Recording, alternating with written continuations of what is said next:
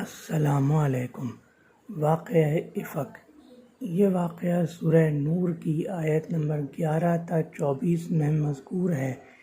اس واقعے کو واقعہ افق اس لیے کہا جاتا ہے کہ افق کہتے ہیں تہمت یا بہتان کو، اور اس واقعے میں ام المومنین حضرت عائشہ صدیقہ رضی اللہ عنہا پر تہمت لگائی گئی۔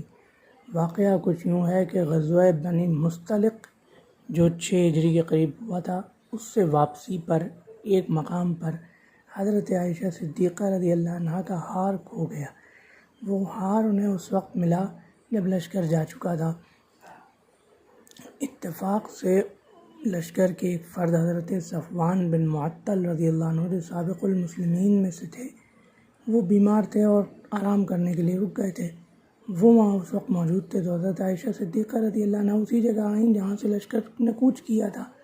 تو حضرت صفوان رضی اللہ عنہ نے انہیں پہچان لیا اور انہیں اپنے اونٹ پر بٹھا کر بحفاظت لشکر میں لے آئے۔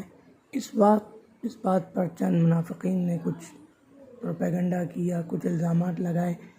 حضرت عائشہ صدیقہ رضی اللہ عنہ کو ان الزامات کی بالکل خبر نہ ہوئی، اور نادانستہ طور پر منافقین کے ساتھ چند صحابہ کرام بھی سادہ لوگ، سیدھے سادے، جن میں حضرت حسان بن ثابت رضی اللہ عنہ، حضرت مصطح بن اساسہ رضی اللہ عنہ جو کہ حضور اکرم صلی اللہ علیہ وآلہ وسلم کے بھی اور حضرت ابوبکر رضی اللہ عنہ دونوں کے قریبی رشتہ دار تھے، اور ام المومنین حضرت زینب بنت جحش رضی اللہ عنہ کی بہن حضرت حمنہ بنت جحش رضی اللہ عنہ بھی شامل ہو گئیں۔ اگرچہ انہیں صحیح حقیقت معلوم نہیں تھی، نادانستہ طور پر شامل ہوئیں، لیکن شامل ہو گئیں۔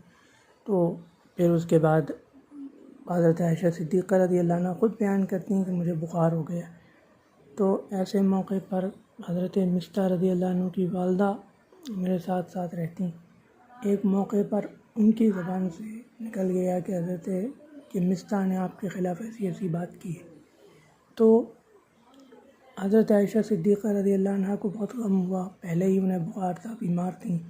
تو حضرت ابوبکر رضی اللہ عنہ کو جب پتہ چلا، جو سورہ نور میں بھی تذکرہ ہے، مقام سے تذکرہ ہے کہ حضرت ابوبکر رضی اللہ عنہ نے قسم کھا لی کہ میں مصطح کی کوئی مالی مدد نہیں کروں گا، کیونکہ حضرت مصطح رضی اللہ عنہ مالی طور پر غریب تھے، ان کو کفالت کی ضرورت تھی، اور سیدنا ابوبکر رضی اللہ عنہ ان کو کفالت میں مدد فرمایا کرتے تھے اور ان کی کفالت فرمایا کرتے تھے۔ لیکن اس واقعے میں نادانستہ ہی صحیح، لیکن جب اس واقعے میں ان کی شمولیت کا پتہ چلا تو حضرت ابوبکر رضی اللہ عنہ فرمایا اب میں ان کی کفالت نہیں کروں گا۔ ادھر سیدنا عمر رضی اللہ عنہ کو جب اس واقعے کی خبر ہوئی تو قرآن شریف میں ان کے الفاظ نقل کیے گئے ہیں، سورہ نور ہی میں ہے، بسم اللہ الرحمن الرحیم، سبحانک ھذا بہتان عظیم، اللہ پاک ہے اور یہ بہت بڑا بہتان ہے۔ خود حضرت زینب بنت جحش رضی اللہ عنہا نے ان الزامات کی تردید کی۔ پھر بعد میں قرآن شریف میں سورہ نور آیت نمبر 11 تا 24 میں مفصل برات جب نازل ہوئی تو حضور اکرم صلی اللہ علیہ وآلہ وسلم نے حضرت عائشہ رضی اللہ عنہا کو خوشخبری فرمائی کہ اللہ تعالیٰ نے آپ کو بری کر دیا ہے، وہ الزام جھوٹا ثابت ہو گیا ہے۔ تو اس سے پہلے حضور اکرم صلی اللہ علیہ وآلہ وسلم پر اس سے پہلے یہ حقیقت کھل چکی تھی جب حضرت علی کرم اللہ وجہہ نے مشورہ دیا تھا کہ حضور اکرم صلی اللہ علیہ وآلہ وسلم آپ بریرہ رضی اللہ عنہ سے، جو حضرت عائشہ رضی اللہ عنہ کے ساتھ رہتی ہیں، ان کی خادمہ خاص ہیں، ان سے دریافت فرمائیں۔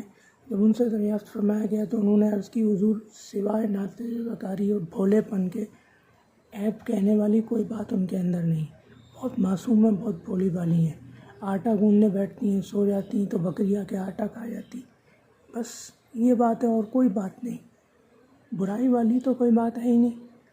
اسی بات سے حضور اکرم صلی اللہ علیہ وآلہ وسلم سمجھ گئے تھے کہ یہ بہتان جھوٹا ہے۔ پھر اس پہ اللہ تعالیٰ نے مزید آیات نازل فرما کے اس یقین کو پختہ کر دیا کہ بہتان واقعی جھوٹا ہے۔ یہ تھا واقعہ افق کا مفصل واقعہ، جو سیدہ عائشہ صدیقہ رضی اللہ عنہ پر لگے بہتان کو اللہ تعالیٰ نے جھوٹ قرار دیا سورہ نور میں، اس کا مفصل بیان۔ اللہ حافظ۔